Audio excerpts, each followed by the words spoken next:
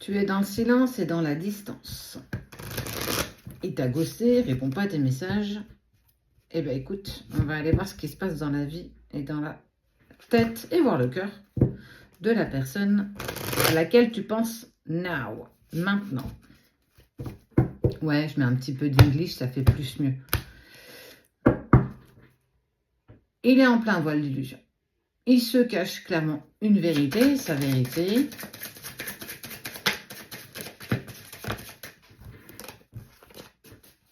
Tu prends ce qu'il parle, hein, ça ne te parle pas, tu laisses tomber. Attention, il y a beaucoup de faux comptes qui piquent nos vidéos. Ce n'est pas nous, on n'a que cette page, la page du ciel à la terre, éveil des âmes, 83 000 abonnés. Clairement. Donc faites attention. Instagram, 10 900 abonnés.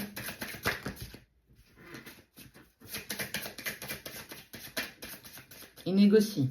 Son autre négocie. Il trouve des clés dans la négociation.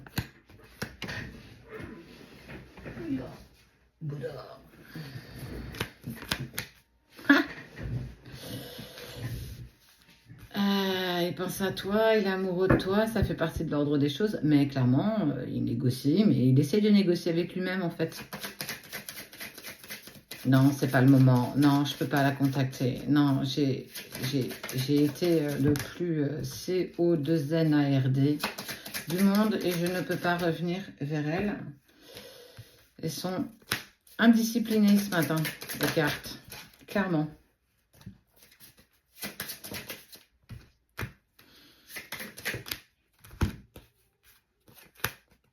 Il passe la nuit noire de l'âme. En tout cas, il s'en approche de très près.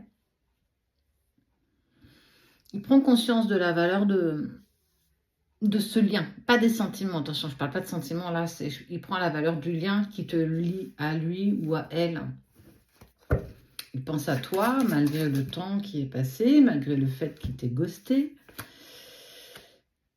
Il est dans une énergie où je me sens au plus mal, je te ressens profondément, je suis attirée tel un aimant magnétique vers toi, mais revenir vers toi serait une erreur. Penser à toi est une erreur, t'aimer est presque une erreur. En fait, là, il est vraiment dans la lumière de l'âme, ce qui explique qu'il te fuit intensément, mais volontairement. Attention, je ne dis pas que c'est involontaire, qu'il ne veut pas, et patati patata, pas du tout.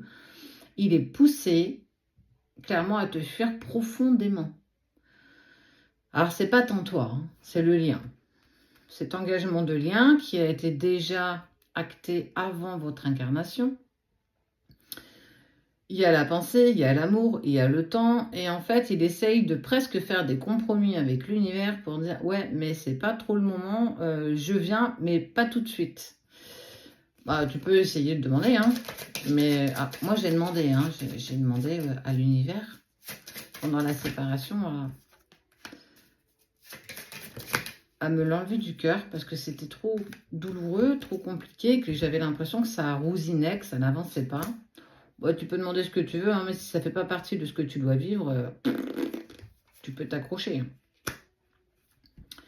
Parce qu'en plus, on parle d'un retour d'un adversaire dans sa vie et on parle d'une femme. Donc si c'est un homme, bien sûr, hein, d'accord, au niveau du personnage, homme, femme, femme, homme, femme, femme, homme, homme, on s'en fiche, tu l'adaptes à ta situation.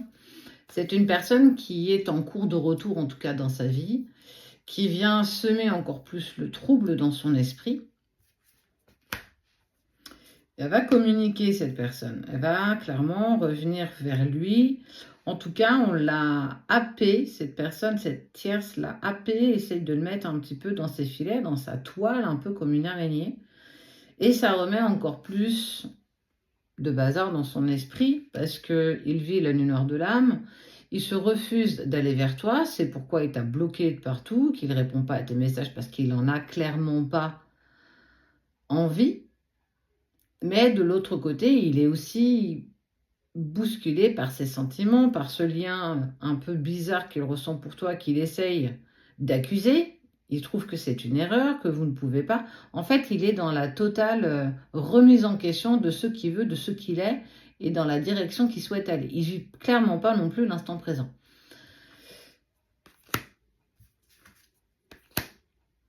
Il déteste les synchronicités qui lui sont balancées, il déteste entendre ton prénom, il supporte plus, peut-être même d'avoir presque comme l'odeur de ton parfum à côté de lui alors que tu n'y es pas.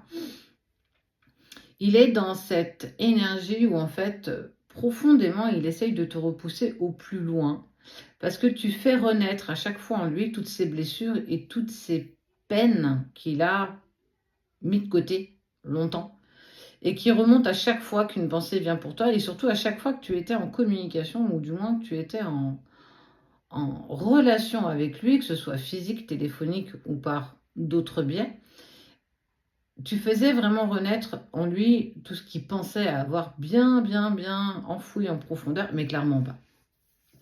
Donc il préfère se laisser aller, se faire bifurquer un petit peu l'esprit par une tierce personne qui est plus léger, même si c'est pertinemment que c'est pas une bonne chose, eh ben, il se laisse quand même happer parce que c'est plus facile à vivre, c'est moins contraignant et surtout parce qu'il y a moins d'émotions et moins de sentiments en lien avec cette tierce. On sent que bah, il fait un petit peu n'importe quoi. Et pour le coup, il sera encore plus mis à l'épreuve par la suite et se rendre encore plus à l'évidence qu'il pense à toi. Bah, c'est rigolo ça quand même. J'essaye de te fuir profondément, mais là, chaque pas que je fais pour m'éloigner de toi me rapproche un peu plus vers toi. C'est fort quand même. Hein. Tu vibres. Tu vibres profondément dans son être le plus profond. Pourtant, il essaye véritablement de te repousser au plus loin. Il n'est pas prêt. Il n'est pas prêt à vivre cet amour pleinement. Il a encore plein de choses à mettre en lumière qu'il refuse encore aujourd'hui. Il doit travailler pour lui, il doit travailler sur lui, mais tout ça est axé parce que toi aussi, tu travailles profondément sur toi. Alors, qu'est-ce que toi, à ton niveau, tu peux faire? Bah, pas grand-chose, en fait. Continue de mettre en place ce que tu fais si bien. Lui, il vit quelque chose de compliqué, tu dois normalement le ressentir, c'est surtout tu es en relation sacrée. Tu dois ressentir ces énergies, ces vagues à l'âme là, qui montent et qui descendent, cette tristesse parfois qui t'envahit alors qu'il n'y a pas de raison que tu te sentes triste. Tout ça te prouve qu'il vit des choses compliquées et qu'il doit les traverser seul, même si une tierce personne arrive dans sa vie. Ça fait parfois partie du jeu. Il est dans cet espace-temps où la lumière de l'âme est en train de s'installer, mais laisse-le tomber en fait. Là, il ne faut pas que tu interviennes, tu ne dois pas le soutenir, l'aider. Laisse-le, ou laisse-la. Laisse-la faire ce qu'elle doit faire, laisse-la sombrer, laisse-la tomber. Ne va pas la relever, ne lui tends pas la main. Ça ne l'aidera pas et en plus, il n'en voudra pas. Il prend de plus en plus conscience que tu es lié à lui et que par la suite, il l'acceptera beaucoup plus facilement. Pas aujourd'hui, mais très clairement demain.